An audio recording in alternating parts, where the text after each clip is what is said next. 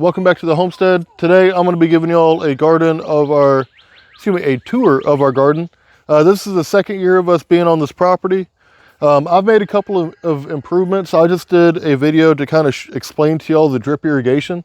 I think the drip irrigation is going to make this garden 10 times more successful than last year. Another change that we made is we're doing one variety of each species of plant that can cross-pollinate. Seeing as we're on a homestead, we really want to save our seeds. I think that'll be the coolest thing. And then if you save your seeds for a few years, the plants will actually get acclimatized and more resilient for your particular location. So for that reason, we have 3 jalapenos because we will eat a ton of those, and they're all side by side, so they should cross-pollinate.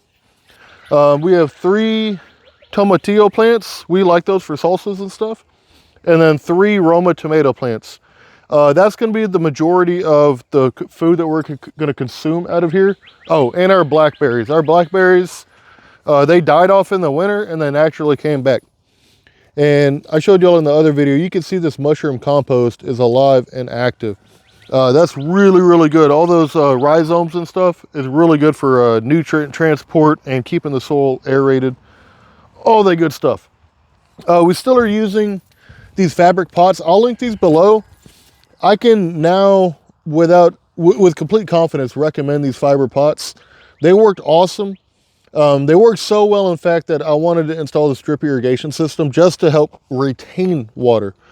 So between some peat moss in the soil and the drip irrigation, I think we're going to have the perfect balance of the roots always having water, but also when it rains really hard or something, they can't be flooded.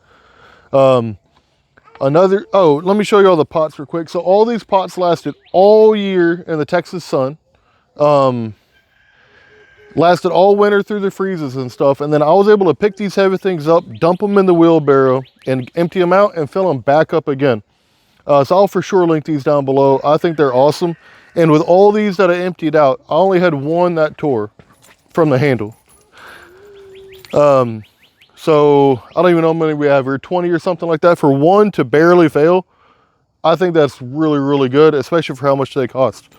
Another change we made this year is, you can see that pile of leftover pots is I reduced the number of pots in the area, right? So each plant would have more space, and that way the sun they'd get less shading from each other. And then I also bumped them away from the fence a little bit. So each plant is going to have much more space. I think that's going to be really cool. Next, we have rosemary up here in this little raised bed. These will actually get big if they're healthy. So we just have 2 in this whole bed. I got my wife these crazy pretty flowers for the front yard. I have no idea what they're called. That's how much they cost and where we got them. But they have cool kind of waxy leaves, and they're absolutely beautiful.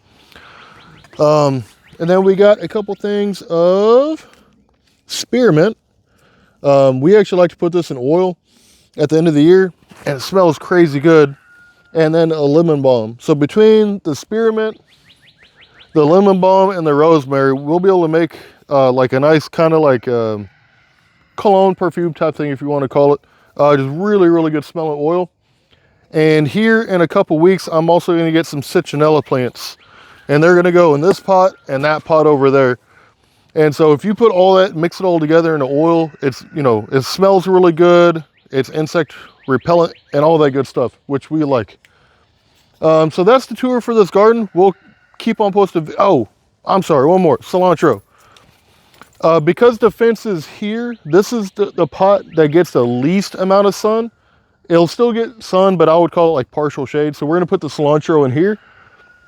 And all these little micro heads are adjustable. So the plants that want more water will get more, like the cilantro. And the ones that want less, like the rosemary, will get less water.